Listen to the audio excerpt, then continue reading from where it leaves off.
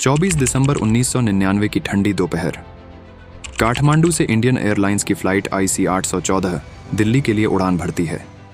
विमान में 178 यात्री और 11 क्रू मेंबर सवार थे। कॉकपिट में कप्तान देवी शरण और उनकी टीम मौजूद थी।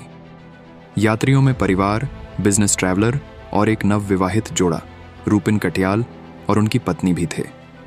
सब कुछ सामान्य था, लेकिन भारतीय हवाई क्षेत्र में प्रवेश करते ही 5 नकाबपोश लोग अचानक खड़े हो जाते हैं।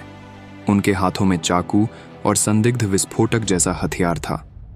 वे कॉकपिट पर कब्जा कर लेते हैं और घोषणा करते हैं कि यह विमान अब हाईजैक हो चुका है। ईंधन कम होने के कारण विमान को अमृतसर में उतारा जाता है। यह भारत के लिए बड़ा मौका था। राष्ट्रीय सुरक्षा गार्ड तैयार था, लेकिन प्रशासनिक भ्रम और देरी के कारण कोई कार्रवाई नहीं हो पाती। हाईजैकर्स को शक हो जाता है और वे धमकी देते हैं। कुछ ही मिनटों में विमान फिर उड़ान भर लेता है। अमृतसर वह मोड़ था जहां कहानी खत्म हो सकती थी, लेकिन नहीं हुई। विमान पाकिस्तान के लाहौर पहुंचता है। शुरुआत में लैंडिंग की अनुमति नहीं मिलती, लेकिन ईंधन खत्म होने की कगार पर था, इसलिए उसे उतारना पड़ता है। थोड़ी देर बाद विमान को दुबई भेज दिया जाता है। अंदर हालात बिगड़ते जा रहे थे। यात्रियों के साथ मारपीट हो रही थी। नवविवाहित युवक रूपिन कटियाल गंभीर रूप से घायल कर दिए जाते हैं। दुबई में कुछ यात्रियों को छोड़ा जाता है, लेकिन रूपिन कटियाल की मौत हो जाती है। उनकी मृत्यु ने पूरे भारत को झकझोर दिया। अब यह केवल अपहरण नहीं रहा, यह राष्ट्रीय त्रासदी बन चुका था। विमान अब अफगानिस्तान के कंधार की ओर बढ़ रहा था, जहां तालिबान का शासन था। कंधार में क्या भारत के पास कोई विकल्प बचा था? विमान कंधार में उतरता है।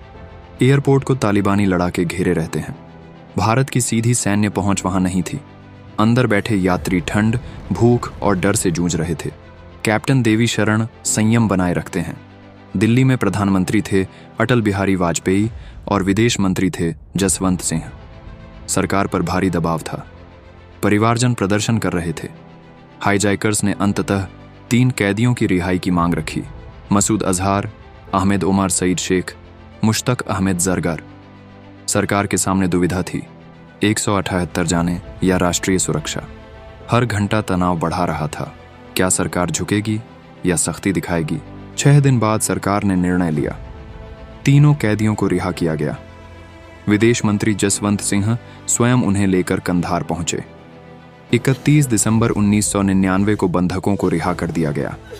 यात्री जिंदा लौट आए, लेकिन इस घटना ने भारत की सुरक्षा नीति को हमेशा के लिए बदल दिया। रिहा किए गए लोगों में से मसूद अजहर ने बाद में बनाया जैश-ए-मोहम्मद, जिसका नाम आगे चलकर कई आतंकी हमलों से जुड़ा। कैप्टन देवी शरण ने बाद में अपनी किताब फ्लाइट इनटू फियर में उन 6 दिनों का जिक्र किया। IC 814 केवल एक विमान अपहरण नहीं था, ये एक ऐसा क्षण था जब पूरा देश सांस रोके बैठा था।